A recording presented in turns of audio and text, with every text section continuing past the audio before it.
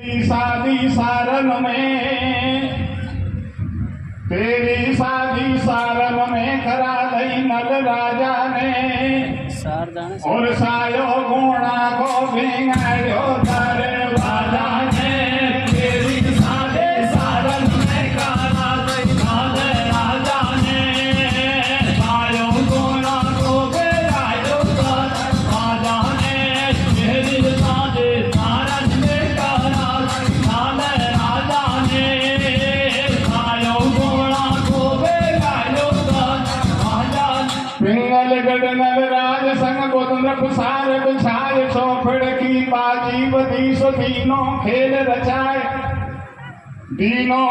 रचाए भ्याव की बाजी में ठहराई बुध के लड़की भई भूप नल के सुत जन्म्यो जाई ढोला मारू धरो नाम जब ही लियो भ्याव रचाई विपता कटी भूप नल नरवर गढ़ में पहुंचे जाई अब नहीं गोणो करू बुद्ध नो बदलिए राजा की वन करो दूसरो भ्याव सुरत कर के दरवाजा की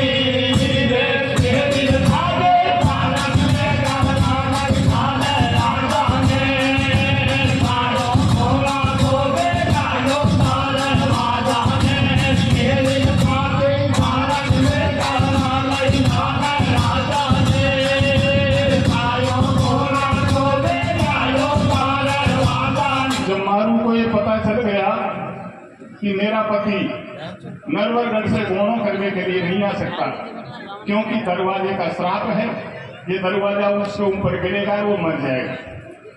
तो पहले टेलीफोन विभाग तो था ही नहीं, पालतू पक्षी रखते थे, पालतू पक्षी समाचार ले जाते थे।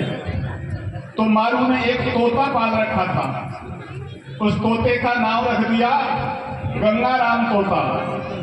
मेरे गंगाराम तोता, मैंने तुझे बहुत दाना पानी चुराया है, मैं एक चिट्ठी लिखती हूँ, इस चिट्ठी को लेकर तू मेरी ससुराल राजा नल के यहाँ नरवरगढ़ में पहुंचा दे।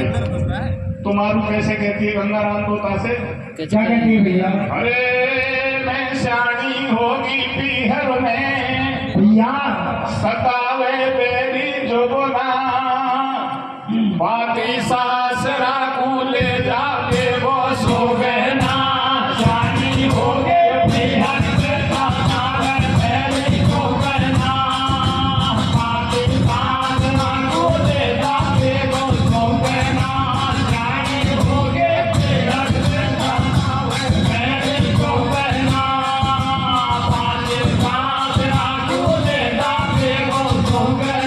तू पाँव में छीगो करे हुए, तू फूफा लगे, तू पूजनीय है हमारा, तू पाँव में सीधो करे न कर, तू फूफा लगे न, तो गुरु तो होंगे लेकिन तेरे गुरु तो से तुम फूफा कहें कोई सारा नहीं छीले में कोई कौन के पानी से हुआ था फूफा। तो देखिए मारू गंगाराम तोता को भेजती है और चिट्ठी कैसे लिखती है। प्रथम नाम गणपत लिखो नरवरगढ़ स्थान विराजमान आग्रह सुनो सो आर्य पुत्र सुजान, आर्य पुत्र सुजान भूपाती गढ़ पिंगल से दी निजवासी मरमण की प्यारे प्रणाम सुनिए जी। अत्र कुशल तत्रास्तु आप की श्री जगदम्ब रखेगी, है धिक्कार तुम्हें पीहर में पत्नी दुख सहेगी। पापी मारू ने लिखी मन में मैंने आनंद और तिथि बार सम्मत लिखो सुवन भयो ले भापो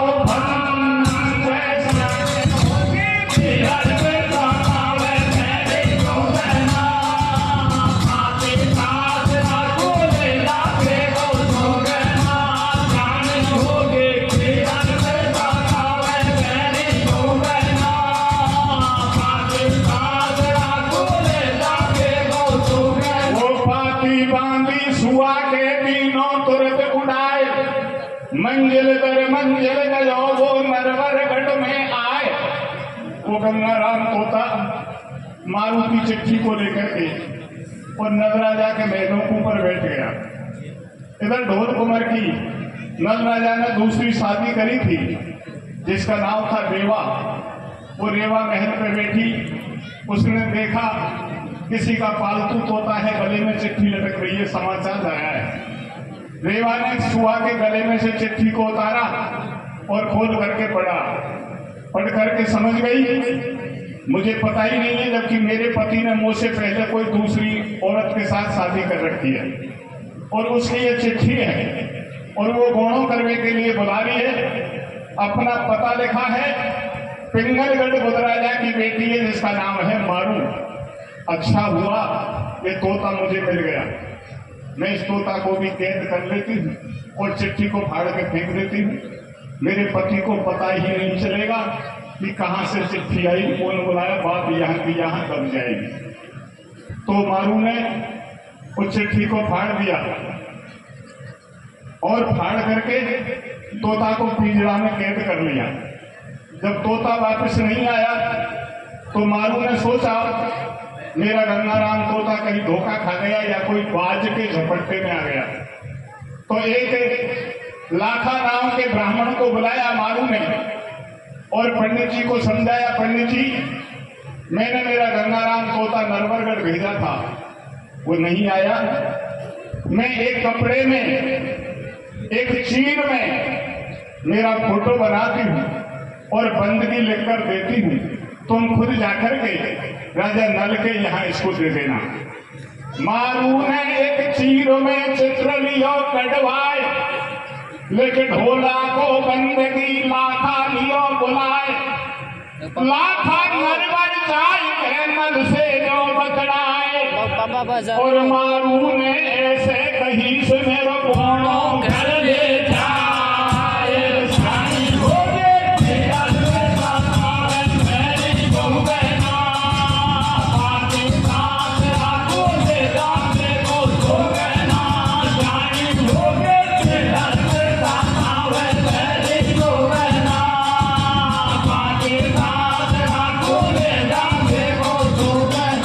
ब्राह्मण ने मारू का लिखा हुआ वो चीर दिया। राजा नल ने खोल कर देखा और चीर को कांख में दबा लिया और पंडित जी को विदा कर दिया। और रात्रि में दीपक के उजाले में नल राजा अपनी रानी दमयंती को बता रहा था, दमयंती हम पिंगलगढ़ में बुधराजा की बेटी के साथ हमारे बेटा की शादी करके लाए हैं, वो अब जवान हो गई, उसने ये कपड़े में अपना फोटो और बंदगी लिखकर भेजी है, वो ढोल कुंवर को बुला रही है, इस कपड़े को छिपा के रख ले, ढोल कुंवर को मत बताना, नहीं वो ऐसा हटीला है, वो पिंगलगढ़ जाएगा, दरवाजे में गिर करके दम करके मर जाएगा। हमने उसकी दूसरी शादी कर दी, अब वो रिश्ता हमने तोड़ दिया। इन सारी बातों को ढोल कुंवर किसी जाली झरोके से सुन रहा था। आज माता पिता दीपक का उजाला करके क्या कोई अलग से खजाना दबा रहे हैं। देखा तो कपड़े में मारू का फोटो और बंदगी लिखी थी उसको पढ़ लिया। और जो राजा रानी बता रहे थे कि ढोल कुंवर को मत बताना, सारी बातों को सुन लिया। ढोल कुंवर बेचारा कहता है माता पिता मेरी शादी पहले पिंगलगढ़ से करके लाए, वो मारू मुझे बुला रही है लेकिन ये मेरे से छिपा रही है। मैं कल सवेरे पिंगलगढ़ जाऊंगा और मारू से गोणों करके लाऊंगा।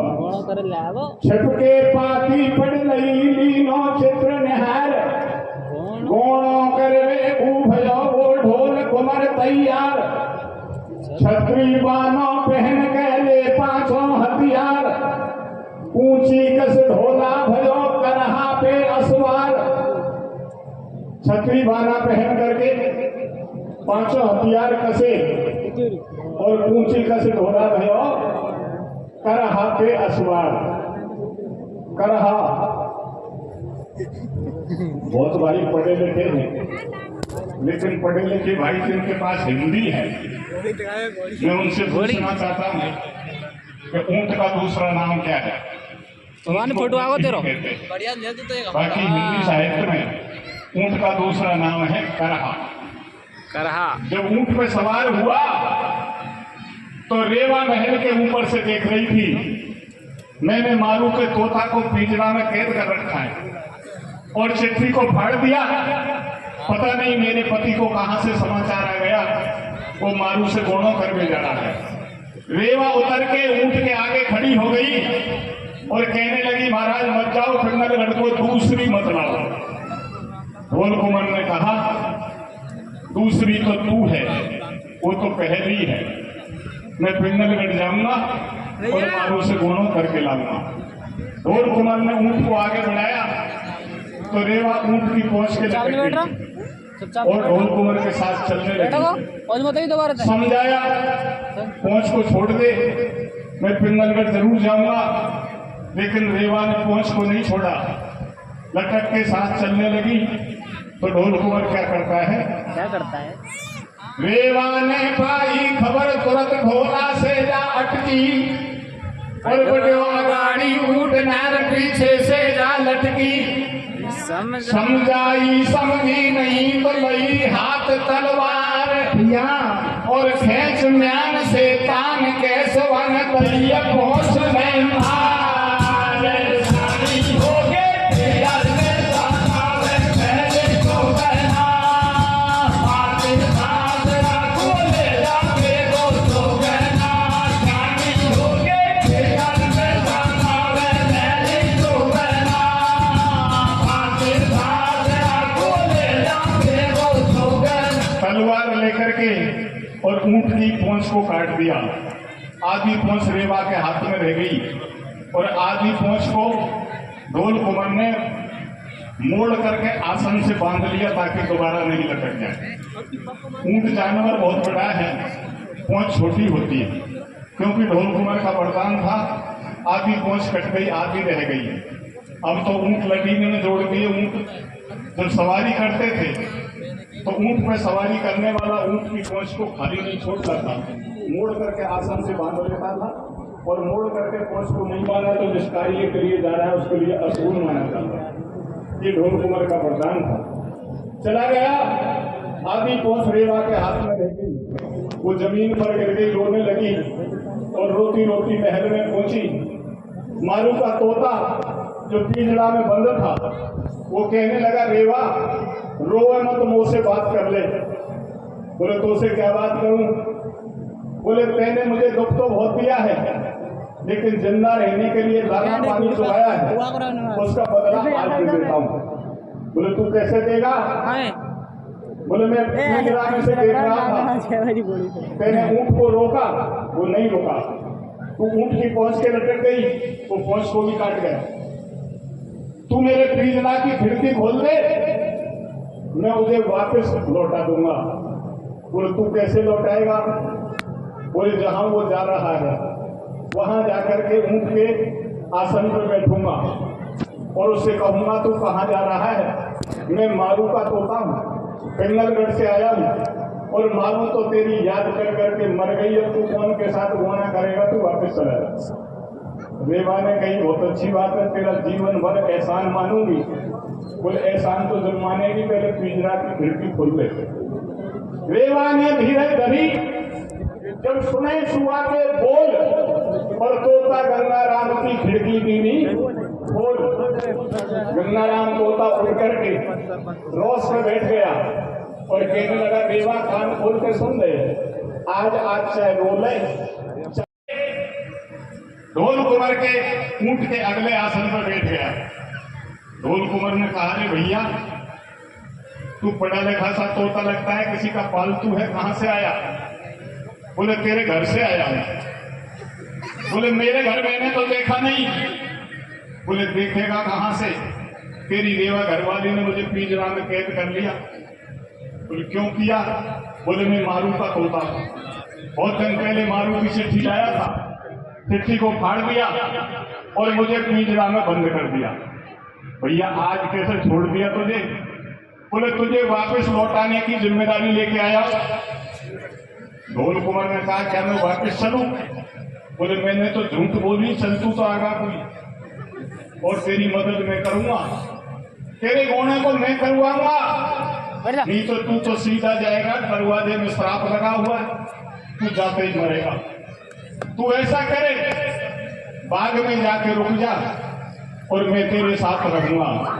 मारू तो समझ गई तोता मर गया, मैं जिंदा हूं और मालन के द्वारा मारू पे खबर करवा देंगे। सज्जनों, बाग में रुक गए और मालन को भेज दिया। मालन ने जाकर मारू से कह दिया, अब नाला धोले बेगी सी लगा ले, भेनी कजरा तैयार हो जा, तेरो व्यवहार आगो। लेकिन को विश्वास नहीं हो, दरवाजे में श्राप लगा है, आवे तो मरेगा।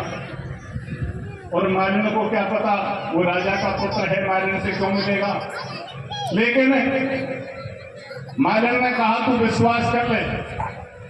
तो मारू क्या कहती है, हारी कोनो करवा भाई बलम कैसे आवे रे, या बेरी बाबुल को दरवाजो झोंका खावे रे, कोनो करवा भाई बलम कैसे आवे रे, बेरी बाबुल को दरवाजो झोंका खावे रे, कोनो करवा भाई बलम कैसे आवे रे, बेरी बाबुल को दरवाजो झोंका खावे। मालिनी ने कहा मेरे ऊपर विश्वास कर, तेरा पति आ गया। तो मारू की छोटी बहन थी जिसका नाम था तारो। ये तारो अमरकोट में गई, जिसके पति का नाम था बुलाया ओए बारामल, जो एक आंख से काना था। रामनवास स्वागत करेगो नहीं, मारू से रामनवास को स्वागत करेगो नहीं। हाँ तेरी शादी हो गई मुझसे पहले और तू बाप के घर धरी, तब मजा आता है, भीड़ होती है, मैं ससुराल जाती हूँ भीड़ कर दे यार। और बाप के घर आती हूँ। तू ऐसा करे, जीजा कोनो करके नहीं आएगो तो दरवाजे में मरेगो। तू मेरे साथ चल और मेरे पति की घरवाली बन के रहे। मारू ने कहा अगर ससुराल जाऊंगी तो नरवरगढ़ राजा नल के जाऊंगी, मैं तेरे कानी पति की घरवाली नहीं बनूंगी। इधर मालन के द्वारा जब मारू को समाचार मिला तो तारो से कहने लगी, तारो तू कहती थी जीजा नहीं आए, आज तेरे जीजा आपको बाग में। तारो ने कहा कोई फर्जी आया होगा, बोले नहीं असली है, यही तो बाग में रुका है, नकली होता तो दरवाजे में चला जाता।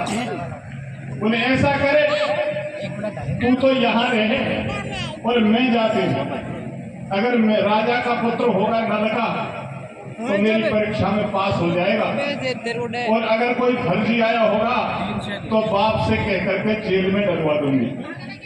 तो तारो जाती है, तारो सज धज के जमीन डोला सजवाए, जल को लोटा हाथ ले बागन पहुंची जाए, बागन पहुंची जाए, हूर बन रही चूर जौबन में, सभी किए श्रृंगार अजब सुरमा साज होने नन में, व्यवचारी कामी व्यसनी को मन हर ले सेनन में, लहर लहर लहराए नागनी सी पहुंची गुलशन में, मुख को घूंघट नहीं खोलो, ढोला से सुगना बोलो।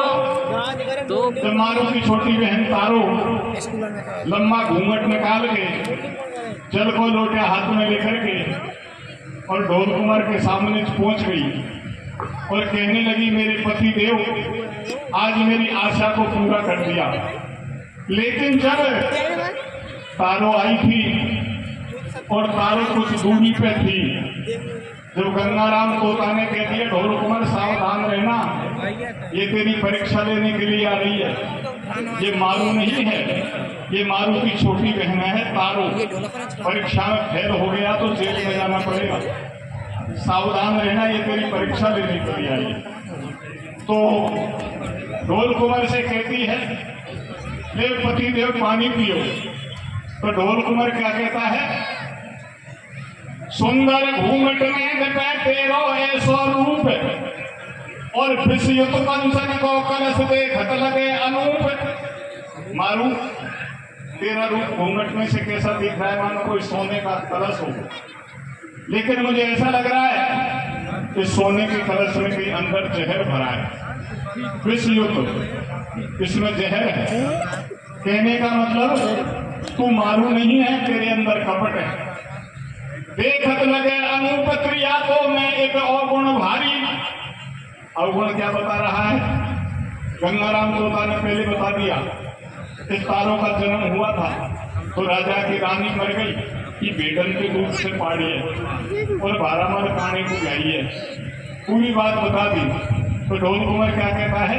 क्या कहते हैं भैया? प्रिया तो मैं एक अवगुण भारी, बेडन की आवे बास गडरिया की खेजा तुम्हारी।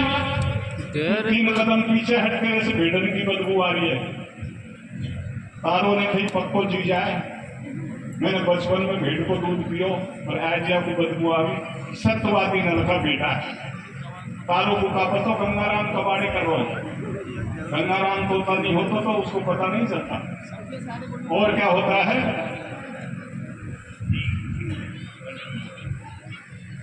भेड़न की आवे बास गडरिया दिखे जात तुम्हारी, गैर पुरुष से प्रेम करे तू मारे नैन कटारी। तारो नाम भूप भारा मलकाने की घरवाड़ी, तू भारी बदमाश जैन गयो मैं तेरे छलकू। भैया तू अमर कोट में जाए पिला पानी भारा भलकू। रे कोनो गरवा भाए से माता मैं कैसे आवे रे, मैंने बाबुल को दरवाजो जोता आवे रे। कोनो गरवा भाए से माता मैं कैसे आवे रे, मैंने बाबुल को दरवाजो जोता आवे रे। उसे पति देव कह रही है तू झूठ बोल रही है, अमरकोट जा। और पति देव कहे तो 12 मर खाने को पानी पिला के आ। हम सत्यवादी हैं, हमारे पास गलत काम नहीं चलता। तारों ने कहा तू है तो जीजा, लेकिन मेरा तेरा जीजा शादी का रिश्ता टूट गया, क्योंकि तुझे ये पता चल गया कि मैंने बचपन में भेड़ को दूध पियो है। तो तुमको ये भी पता है कि मैं बुध राजा की बेटी और मारू की छोटी बहन हूँ। पर तेने कैसे कह दिया भेड़न की आवे बास गडरिया दिखे जात तुम्हारी? मुझे गडरियाओं की लड़की बताया तेने, और तू कान खोल के सुन ले तू कौन है। गुण तो मैं एक ना और गुण भरे अपूत, मुँह से तू गडरन कहे ओ टुकड़ खोर के पूत। टुकड़ खोर के पूत प्रथम तेरो बाबा खूब नहारो, तेरी दादी मंजा ने बनिया के तेरो गुजारो। दमयंती माता ने एक तेली को आंगन झेरो, और हाकत हाकत पाट बाप नल पड़गो तेरो कारो। कहे भारा मन से कानो, तेरी माता ने तेली के घर पीछो तानो। सुन सुन तेरी बात घूमर उठे जिगर में हूँ के, और दमयंती देवी ने भई खाक तेली के तू के दोनों करवा पाए से माता में कैसे आवे रे। तेरे बाबुल को दरवाजो धोखा खावे रे, दोनों करवा पाए से माता में कैसे आवे रे। तेरे बाबुल को दरवाजो धोखा खावे। वापिस चली गई। मारू ने पूछा बहन तारो ले आई परीक्षा? कहने लगी है तो असली तेरा ही पति, लेकिन मेरा उसका जीजा शादी का रिश्ता टूट गया। मेरे बागर में वो छिलम्बी होगी, तुम चली जा। मारू ने कही है तो असली, लेकिन यहाँ से कोई सांसी बात कह रही इसलिए दुख हो गया। मारू 2-4 सहेलियों को लेकर के और बाग में पहुंच गई। उसकी एक सहेली थी जो नाई की लड़की थी। नाई की लड़की ने कहा मारू तेरे कपड़े मुझे दे दे और मैं जाती हूँ परीक्षा देने। जब मारू डोला में बैठ के बाग में गई तो गंगाराम तोता ने बता दिया अब के मारू तो आ गई, लेकिन पता नहीं मारू के साथ सहेलियों को किनको भेजे। जब नाई की लड़की गई तो गंगाराम तोता ने पहले ही बता दिया सावधान रहना, ये मारू बन के आ रही है, ये भी नाई की लड़की, ठगा मत जाना। नाई की लड़की ने जाके कहा पतिदेव पानी पियो। ढोल कुमार ने कहा कोई नाई के लड़का से पतिदेव कहे, हम तो छत्री हैं, तू पैर धो जा और फिर अनेक ले जा। कर ली करते वो वापस आ गई। मारू ने कही ले आई परीक्षा को, असली सत्यवादी कर ली। उसको भी पता नहीं था गंगाराम काम कर रहा है, और नहीं तो सत्यवादी की सब पोल खुल जाती और गंगाराम तोता नहीं होता। वो वापस आ गई। एक तेरी की लड़की और थी, मारू की सहेली, बोले अब के मैं जाया। तेरी की लड़की जाने लगी तो गंगाराम तोता ने कहा भैया ढोल कुंवर अब के आ रही है, वो भी तेरी की लड़की है, लेकिन इससे अंत संत मत कहना। इसके घर पे तेरे बाप ने कोर्ट चलाया था, चाकरी करी, इसलिए तेरी ये बहन लगती। जो वो गई तो ढोल कुंवर ने पहले ही कह दिया बहन मेरे से पति देव मत कहना, तू मेरी बहन लगती। उसको एक स्वर्ण मुद्रा एक मोहर गई और वो वापस चली गई और जाकर मारू से कह दिया हो गई परीक्षा, तेरा ही पति। मारू ढोल कुंवर के सामने पहुंच गई और जल का लोटा ले गई। महाराज मेरी आशा को पूरा कर दिया, आप पानी पियो। गंगाराम तोता ने बता दिया पहले ही असली मारू। तो ढोल कुंवर ने कहा मारू हम सत्यवादी हैं, हम सत्य से देख लेते हैं, तू असली मारू है और मुझे प्यास भी लगी है, लेकिन इस लोटे का जल मैं नहीं पीऊंगा, क्योंकि तुझे बाप के घर रहते बहुत दिन हो गए। मैं तेरी परीक्षा लूंगा, अगर तेरा धर्म जिंदा है तो गाँव भर के साथ ले जाऊंगा, मैं यही छोड़ जाऊंगा। मारू ने कहा मुझे मेरे चरित्र पर पूरा भरोसा है, आप कैसी भी परीक्षा लीजिए मैं देने को तैयार हूं। तो क्या कहती है मारू? मारू से कहता है ढोल कुंवर इस लोटे के पानी से मिट्टी गीली कर ले और गीली मिट्टी करके एक कच्चा घड़ा बना ले और इस कुआं में से कच्ची डोरी से और कच्चे घड़ा से खींच करके पानी पिला। मैं देखता हूँ तेरा धर्म जिंदा है या नहीं। तो क्या होता है, मारू ने लोटा के पानी से मिट्टी को गीली किया और घड़ा बना लिया और कुआं में डाल दिया। कुआं में जाते ही वो घड़ा सोने का बन गया और वो कच्ची डोरी रेशम की डोरी बन गई और पानी निकाल करके वो घड़ा ढोल कुंवर के सामने रख दिया। महाराज अब तो पानी पियो। क्या कहती है मारू? अरे बना दई डोरी रेशम की, बना दई गागर सोना को,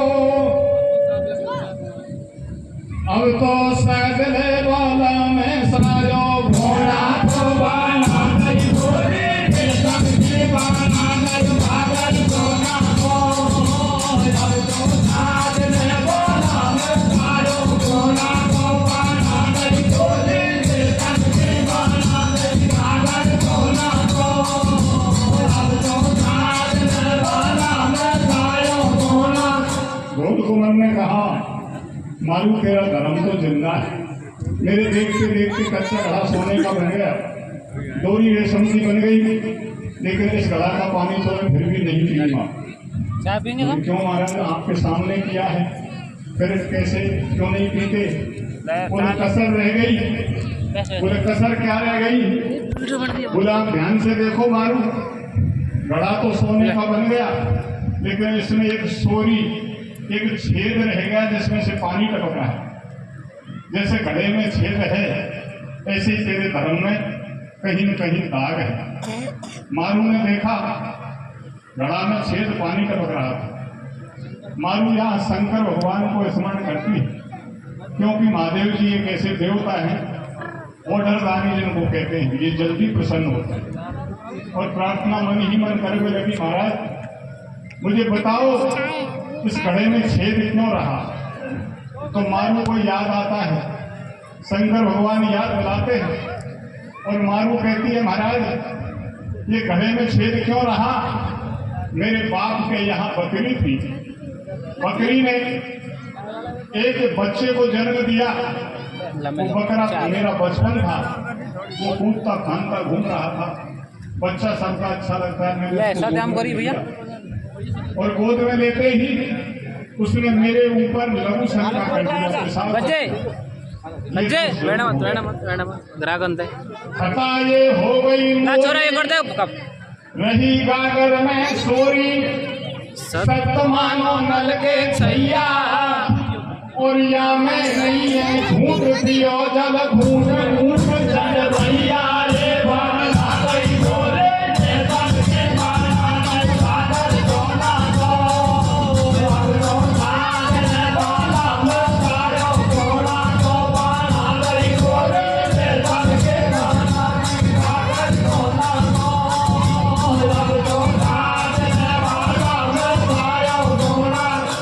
महाराज ये गलती हो गई है। बोले ठीक है ये गलती तो मैं माफ करता हूँ क्योंकि ऐसा तो अनजाने में हर किसी के साथ हो सकता है। बोले माफ करते हो तो पानी पियो। बोले पानी तो फिर भी नहीं पीऊंगा, अब मैं झापड़ दूंगा मैं खत्म दूसरी करेंगे तो परीक्षा दूंगा। अगर एक ही गलती है तो समाधान हो गया। अब कोई गलती नहीं हुई होगी तो दूसरी परीक्षा पूरी आ जाएगी। वो चाय फैल जाएगी नहीं बोले बताओ। ढोल कुमार कहने लगा मारू पानी तो मैं खुद ही पी लूंगा, अगर तू सच में पिए तो एक काम करके देखा। बोले क्या करूं? तो क्या कहता है ढोल कुमार? क्या कहता है भैया?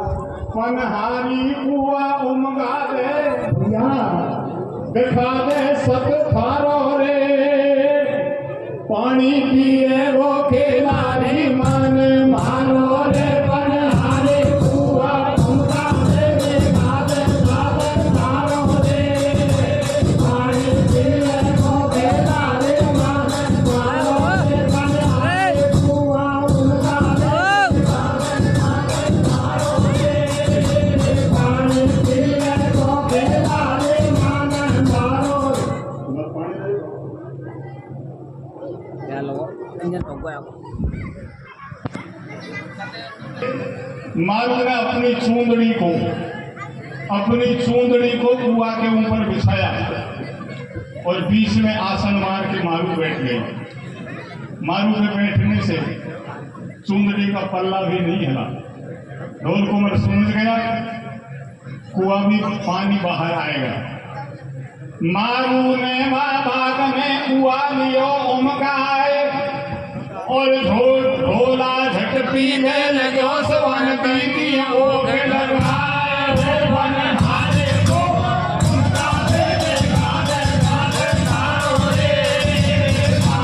बोले चाय पिया वो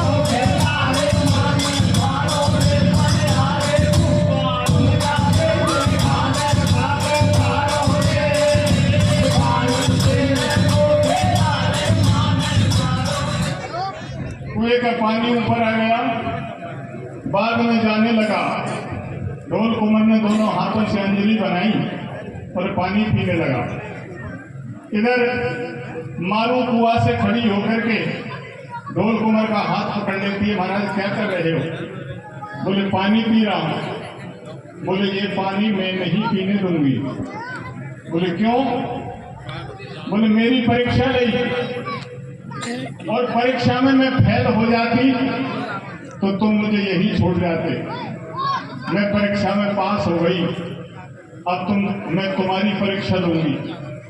मैंने तो ये कुएं का पानी बाहर ला दिया, अब तुम इसको नीचे बैठा दो जहां पहले था, इसको बंद कर दो। चाय पिया ढोल कुमार सोचने लगा मैं तो गंगाराम तोता के पीछे सत्तारी गणगो मैं कहना को सतवन दूं, घर तो दूसरी बेटी देवी मैया को याद करता है। मैया अब क्या करूं, मैं सत्य की परीक्षा में फेल हो रहा। तो नरवर से देवी जाती है और कहती है चिंता मत करे, कुएं का पानी अंदर चला जाएगा लेकिन भैया तेरे नाम से नहीं जाए। ढोल कुमार में कहीं गोने को काम तो मेरे को नड़ो या दूसरे का काम नहीं हो सकता। तू पिया बोला हाथ जोड़ के ऐसे कहे मेरा पिता सत्यवादी हो और मेरी माँ दमयंती सतवंती हो तो कुएं का पानी अंदर चला जा। भैया बिन के नाम से जाएगा नहीं, तेरे नाम से कोई 6 महीने तक 2 बूंद नहीं लगे। ढोल कुमार ने ऐसे ही कहा, कुएं का पानी अंदर गया, दोनों की परीक्षा बराबर हो गई। मारू ने उसी घड़े से पानी निकाला, ढोल कुमार को पिलाया। अब मारू घर को जाती है और विचार करती है ये परीक्षा का मामला तो बीच में फंसा था। अरे खास बात तो वो है जो मेरे पति को दरवाजा मारना चाहता है।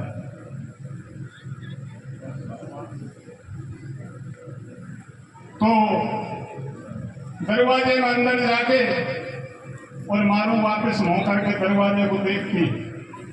इधर ढोल कुंवर ऊंट पे सवार होकर दरवाजे के नजदीक आया तो दरवाजा हिलने लग गया।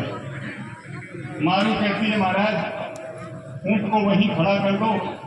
दरवाजा आंख को देखकर हलने लग गया, जरूर तुम्हारे ऊपर गिरेगा। तुम ऐसा करो मैं लॉस कूद करके बाहर आ जाती हूँ, मुझे बाहर से ले चलो। ढोल कुमार कहता है हम क्षत्रिय हैं, हम ऐसे नहीं डरते, चाहे मरूं या जिंदा रहूं ये तो दरवाजे में से ही जाऊंगा। इधर ढोल कुमार नहीं मानता, दरवाजा हिलने से बंद नहीं होता। तो मारू क्या कहती है? क्या कहती है भैया?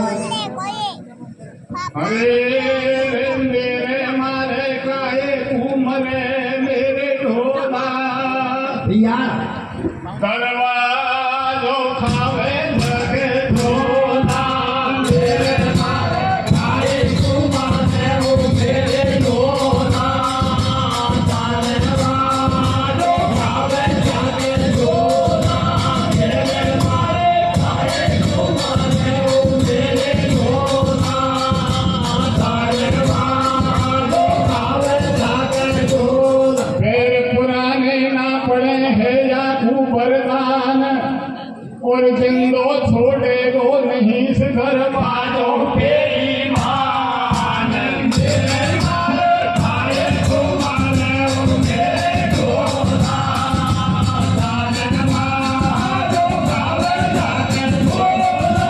मेरे मारे खाए तो मारे मेरे ढोला दरवाजो खावे लगे ढोला।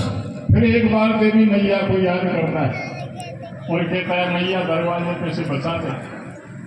देवी मैया फिर आती है और कहती है भैया तू मेरे भक्त का बेटा है नटराजा का, नल को मैं वरदान दे सकती हूँ। तू दरवाजे पे से जिंदा रह जाएगा लेकिन दरवाजा भी जरूर गिरेगा और दरवाजा वहां गिरेगा जहां तू आप ऊंट पे बैठा है। तुम्हें पीछे का आसन छोड़ के आ गया और अगले आसन पे चला जा मजा आ गया और मेरा स्मरण करके दौड़ा करके ऊंट को दरवाजे में दे दे, तू जिंदा रह जाए। चल जा। तो बहुत बेग सूझ गयो कोई ढोलक मर को ऊंट भैया और दरवाजों पीछे गिरो सवा के खुद के पड़ गई घूट। मेरे मारे खाए तू मारे मेरे ढोला दरवाजो खावे लगे ढोला। मेरे मारे खाए तू मारे मेरे ढोला दरवाजो खावे लगे ढोला। ढोल कुमार जिंदा रह गया। ऐसी किंवदंती है कि ऊंट के पीछे के पुट्ठे पीछे का हिस्सा तभी से बैठा हुआ। ढोल कुमार जिंदा रह गया और मारू के साथ गोरू करके नरवरगढ़ को ले आया। बोलिए मेनका की है।